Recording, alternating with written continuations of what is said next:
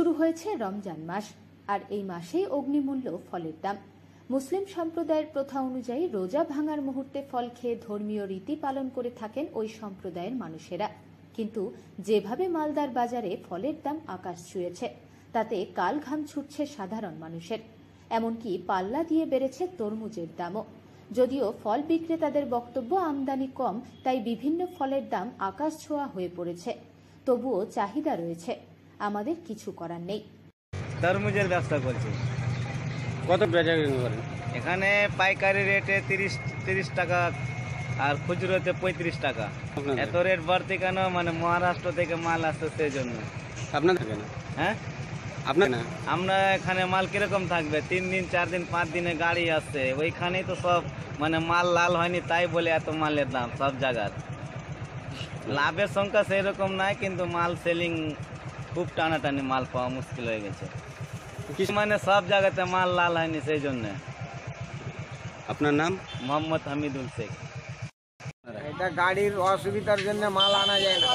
কোথা থেকে আসছেন? এটা মাল আসে আপনার নাগপুর, মহারাষ্ট্র। মালের রেট হচ্ছে তোমার 13 টাকা ওখানে খরিদ, কার্টন আছে, লেবার খরচ আছে, কুলি খরচ ইত্যাদি, ট্রান্সপোর্ট খরচা, আর আপনার 2,30,000 টাকা ভাড়া 28 টন মালের। এত পারছেন আপনারা? সে করতে না, সবার দেখা দেখি করতে হচ্ছে, কি ভাববো বলেন? সেটা তো আমরা গাড়ির জন্য বাড়ছে, গাড়ির অভাব, গাড়ির প্রচুর অভাব, মানুষের খেতে প্রচুর মাল, প্রচুর গাড়ির জন্য মালের এরকম দাম। তীরা তো মাথাতে হাত দিয়ে বসে আছে, গাড়ি হচ্ছে না, মাল ভাঙছে, মাল তো পুরা মেচুরিটি হয়ে আছে।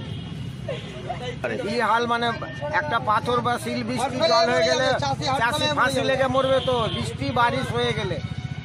এই রেট ওনাদের ওইখানকার গাড়ি এখানে আপ ডাউন, তেল খরচা নিয়ে ভাড়া ধরছে, মানুষকে পেয়ে গেছে জুতে, কোনো কারণ কিছু নাই।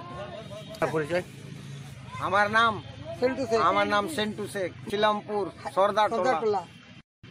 ধর্মপ্রাণ মুসলিম ভাইদের রমজান মাস শুরু হয়েছে এবং এই রমজান মাসে 1 মাস ধরে যে রোজা চলবে, এই রোজাতে ইফতারি হয়। ইফতারির বিভিন্ন ফলের মধ্যে মূল উপকরণ হচ্ছে আপেল, তরমুজ, আঙ্গুর, এ সমস্ত বিভিন্ন ফল দিয়ে সাধারণত খেজুর ইফতার করা হয়।